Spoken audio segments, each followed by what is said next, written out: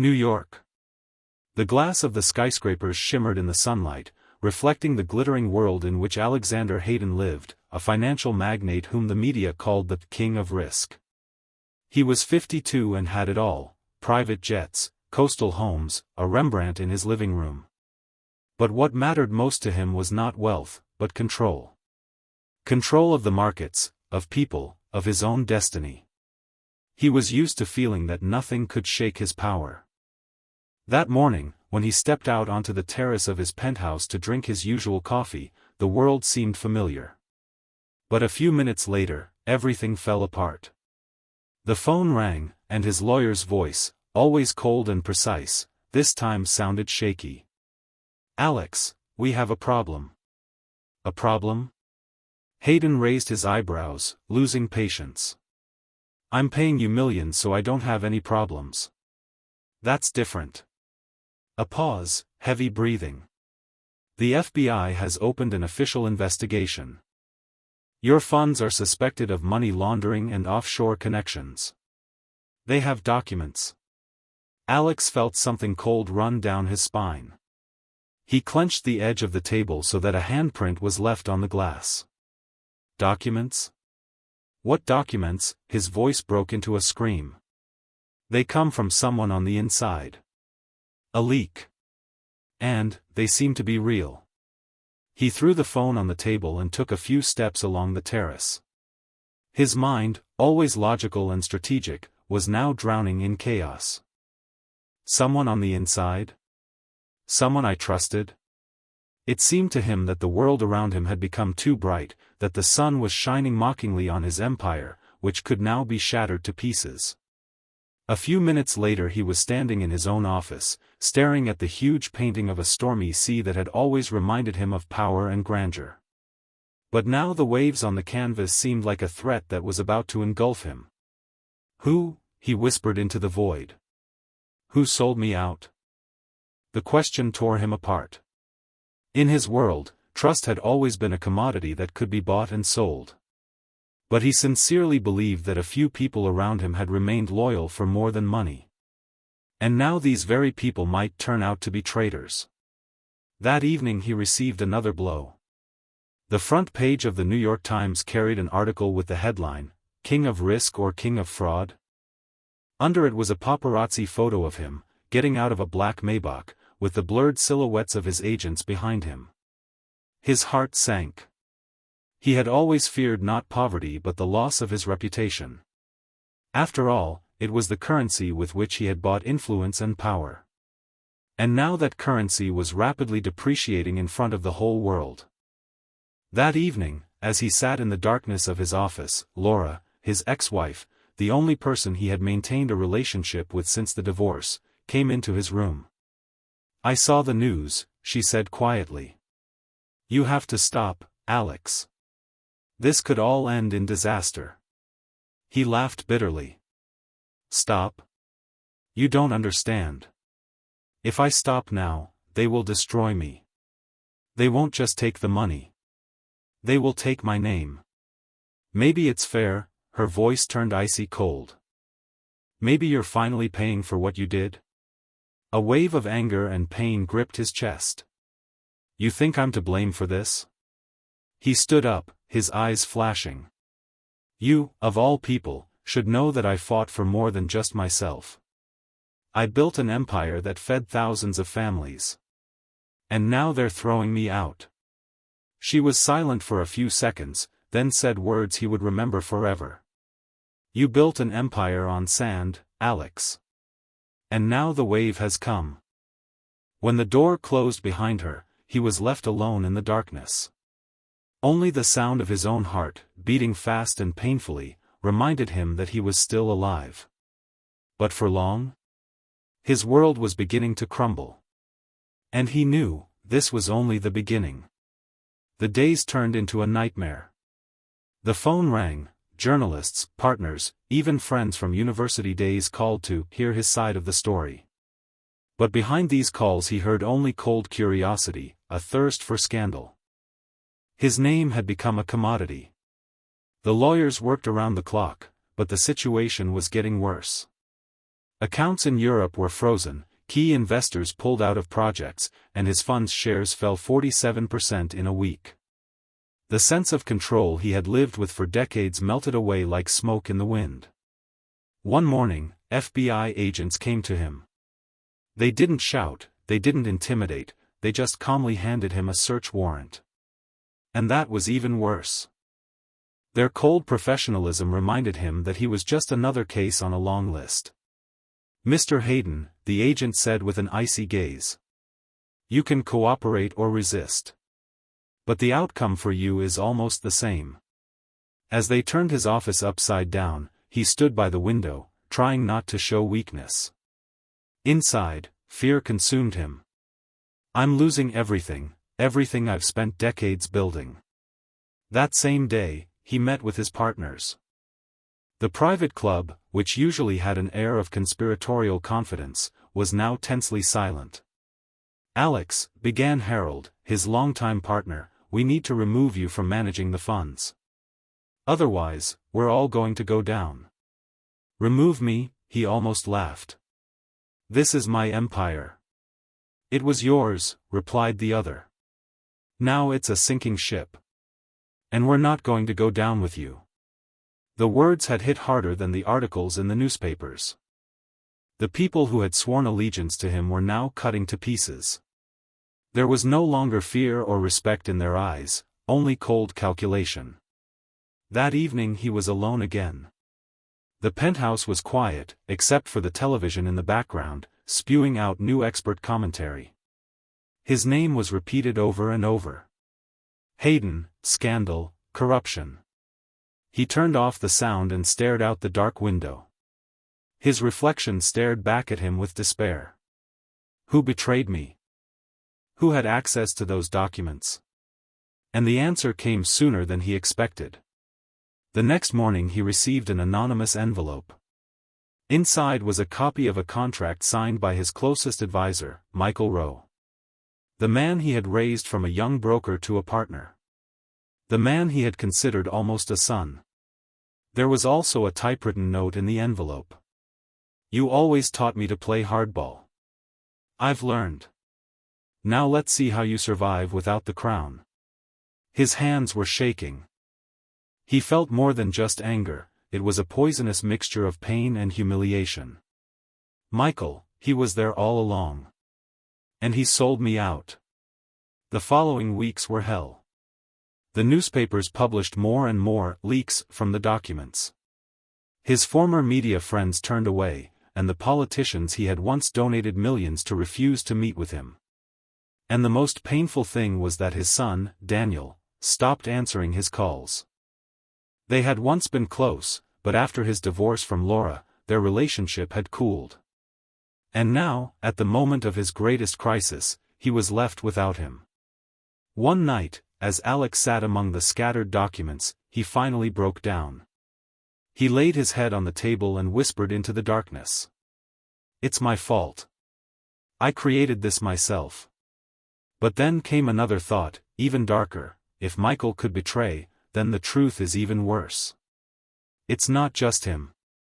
It's part of a bigger plan. In that moment, he felt his reputation, his money, even his loved ones, everything slipping away. And with it, the meaning of his life slipping away. He was rich, but for the first time, he felt utterly poor. And it was into this abyss that a shadow of hope was to enter. But he didn't know it yet. By the third week after the scandal, his name had become a symbol of his downfall. To some, he was a fraud, to others, a victim of his own greed. But worst of all, he had come to believe these definitions himself. He hardly left his penthouse. Only endless meetings with lawyers, calls from bankers, and silent hours in front of a dark window. New York no longer seemed like a city he controlled. It was a monster that was devouring his reputation, meter by meter, headline by headline. One evening, he received a message on an old private email that he had not used for a long time. The subject line was short: "I know who is behind this." Alex froze. The letter was anonymous, but it contained a copy of an internal memorandum, a document he had never seen. It discussed agreements between his advisor, Michael Rowe, and representatives of several banks. The memorandum proved that this was not just one man's betrayal. It was a conspiracy that extended higher up, to the politicians he financed, to competitors he considered weak. At the end of the letter was a single sentence. "Meet me tomorrow at 11 p.m. Café on the corner of Broome and Lafayette." He hesitated. It could have been a trap, a provocation. But a light flickered in his heart that he hadn't felt in a long time: hope. The next night he went to the café. It was a small, almost forgotten place, where soft jazz music was playing. In the back sat a woman in her 40s, wearing a dark cloak, her eyes alight with anxiety. "You've come," she said as he sat down opposite her. "I wasn't sure." "Who are you?" His voice was cold, but inside he was trembling. "My name is Catherine. I worked in the legal department of one of the banks you dealt with." She handed him the flash drive. "Here are copies of contracts, correspondence, notes. This proves that Michael didn't work alone. You were used." Alex took the flash drive and looked at it as if it were the key to his own freedom. "Why are you helping me?" She shrugged. "I've seen them destroy people. I was fired because I asked too many questions. But you have a chance. You're stronger than they think." Her words struck a strange chord in his heart. For the first time in a long time, he felt someone see him as more than just a newspaper criminal, but a human being. "If that's true," he said quietly, "then I'm not just a victim. I'm a pawn in someone else's game." "And you could be the one to turn the tables," Catherine replied. At home, he inserted the flash drive into his laptop. A web of connections unfolded before his eyes: bankers, bureaucrats, even a few senators. They were all connected. His downfall was no accident, it was a necessary step for someone else to gain control of the financial flows. He felt something new rise in his chest. It wasn't despair anymore. It was rage mixed with a strange sense of liberation. He realized that his empire was destroyed, but he still had weapons: the truth. Alex sat in the darkness, listening to the night city outside his window, and suddenly said aloud, "If they want war, they'll get it." Fire flared up in his eyes again.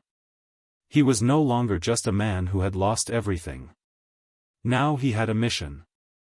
But deep down he knew, to win, he would have to sacrifice what was left. And, perhaps, himself. Thus was born a new Hayden, not a risk king, but a soldier in the war against the shadows. Several days had passed since he had received the flash drive from Catherine. All this time Alex had lived between despair and obsession. His former world, the stock exchanges, the boards of directors, public speaking, no longer had any weight. Now he saw only a war map, where every document, every letter, and signature was evidence, a weapon against those who had betrayed him. The lawyers dissuaded him from taking radical action. "If you bring this up in the press," the head lawyer said, "you will be destroyed even faster. They have too much influence." Alex was silent. His eyes burned. "And if I keep quiet, I will be buried alive," he finally answered. "I have already seen how it works." He understood, he had no half measures left. Either he risked everything or became a corpse with the title of former billionaire. He made his decision at night. In the kitchen, with a glass of whiskey in his hand, he called Catherine. "I'll go all the way," he said. "Either I'll break them, or they'll finish me off." "Do you realize how dangerous this is?" Her voice trembled. "They're not just playing with money." "I'm gone, Catherine," his voice became hoarse. "Only the truth remains." He went out into the world alone, without lawyers, without advisors. His first step was a desperate one, an interview in an independent publication that no one in big politics controlled. The journalist was young and hungry for sensation. "Are you saying that your whole story is a conspiracy?" he asked, when the recorder was already working. "I'm saying that the truth is worse than it seems," Alex replied. "I'm not a hero, I made mistakes. But I wasn't destroyed for them. I was destroyed to pave the way for those who are worse." His words were like a gunshot. The next day, the interview was spread across independent media outlets, social media, and blogs. And although major TV networks tried to keep quiet, the wave had already begun to rise. But with every step came retribution. At night, a black SUV chased his car. He could feel the cold gaze in the mirrors. One day, near the door of the penthouse, he found an envelope with a single sheet of paper. "Stop before it's too late." The fear returned, but this time it didn't paralyze him. It became fuel. "If they want to scare me, then I've hit the mark," he told himself. The final blow came at a Senate committee meeting. Alex decided to go there in person. In a room full of cameras, he sat in front of the people he had once financed, and now they were waiting for him to fall. When he was given the floor, he stood up. His voice trembled at first, but with each sentence it gained strength. "Yes, I was rich. Yes, I played hardball. But what they did to me is not justice. It is a massacre. It is a conspiracy that encompasses banks, politics, and even this room. And today I do not speak for myself. I speak for everyone they can destroy tomorrow." Chaos broke out in the room. Someone shouted lies, someone demanded evidence. And then he threw a folder of documents on the table. "Here is the truth," he said quietly. "Read it. And decide whose side you are on." The cameras flashed, the journalists stood up. He knew, now there was no going back. That night, sitting in the empty penthouse, he looked out over the city. His heart was beating fast, like a fighter after a fight. He understood, victory had not yet come. But he did what no one expected him to do, he challenged the system. "All or nothing," he whispered into the darkness. "I've already made my choice." A few weeks later, New York was already breathing new scandals. But Hayden's name still hadn't left the pages. The documents he had made public had spread around the world, raising a wave of indignation. Several bankers had resigned, one senator had been summoned for a hearing. But the system was in no hurry to collapse. It was staggering like a giant, wounded but still alive. Alex was sitting on the same terrace of his penthouse. In front of him was a cup of cold coffee that he had never touched. He looked out at the city and thought, did I win or lose? The phone was lying next to him. A few hours earlier, his lawyer had called him. "You have a choice. If you agree to a deal, you will keep some of the assets. Or you continue the fight, then they will crush you to the end." These words hung in the air like a sentence. His heart was torn by two truths. One is the instinct to survive, to preserve at least the fragments of his former greatness. The other is an inner voice that whispered, if you stop now, all your struggle was in vain. Evening. Laura came to visit him.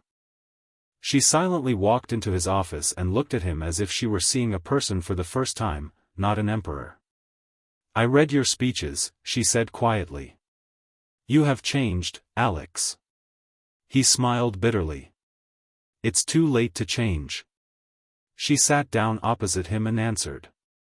"It's never too late. Before, you fought for money. Now you're fighting for something more. I don't know if you'll save the world, but perhaps for the first time in your life, you'll save yourself." Her words wounded him deeper than any accusations. And at the same time, they gave him a strange peace. The next day, he went out to the journalists. The cameras were on him again, the crowd was buzzing. He looked exhausted, but his eyes were burning. "I'm not a saint," he began. "I've made a lot of mistakes. I've chased power, money, status. I've lost people I loved. And maybe I deserve to fall. But there's more to my destiny. There's a truth. And if I have to burn to make it visible, then so be it. The words weren't loud, but they resonated throughout the world because they carried a rare sincerity. That evening, he was sitting on that same terrace when he received a text message from his son. "I saw your interview. Maybe for the first time, I'm proud to be your son." Alex's eyes watered. He held his phone like it was his most precious treasure. All his wealth, all his planes and villas could never give him what he felt in that moment. He whispered, "Maybe I'm still alive." Night had fallen over the city. He stood on the balcony, looking up at the stars. There was something in their cold glow that reminded him that everything he had built was dust compared to time and space. But amidst that dust, he had finally found meaning.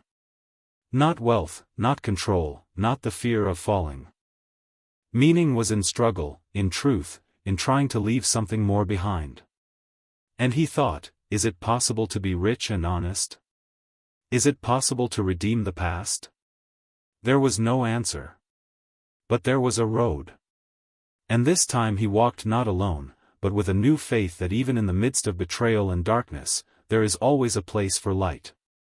His name would remain ambiguous in history, for some he was a criminal, for others a hero. But to himself, he had finally become what he had never been, a man who dared to speak the truth, even if it cost him everything. Alex Hayden raised his head to the sky. And there, among the cold stars, he saw his reflection, not the king of risk, not the emperor of money, but a man who had finally found freedom.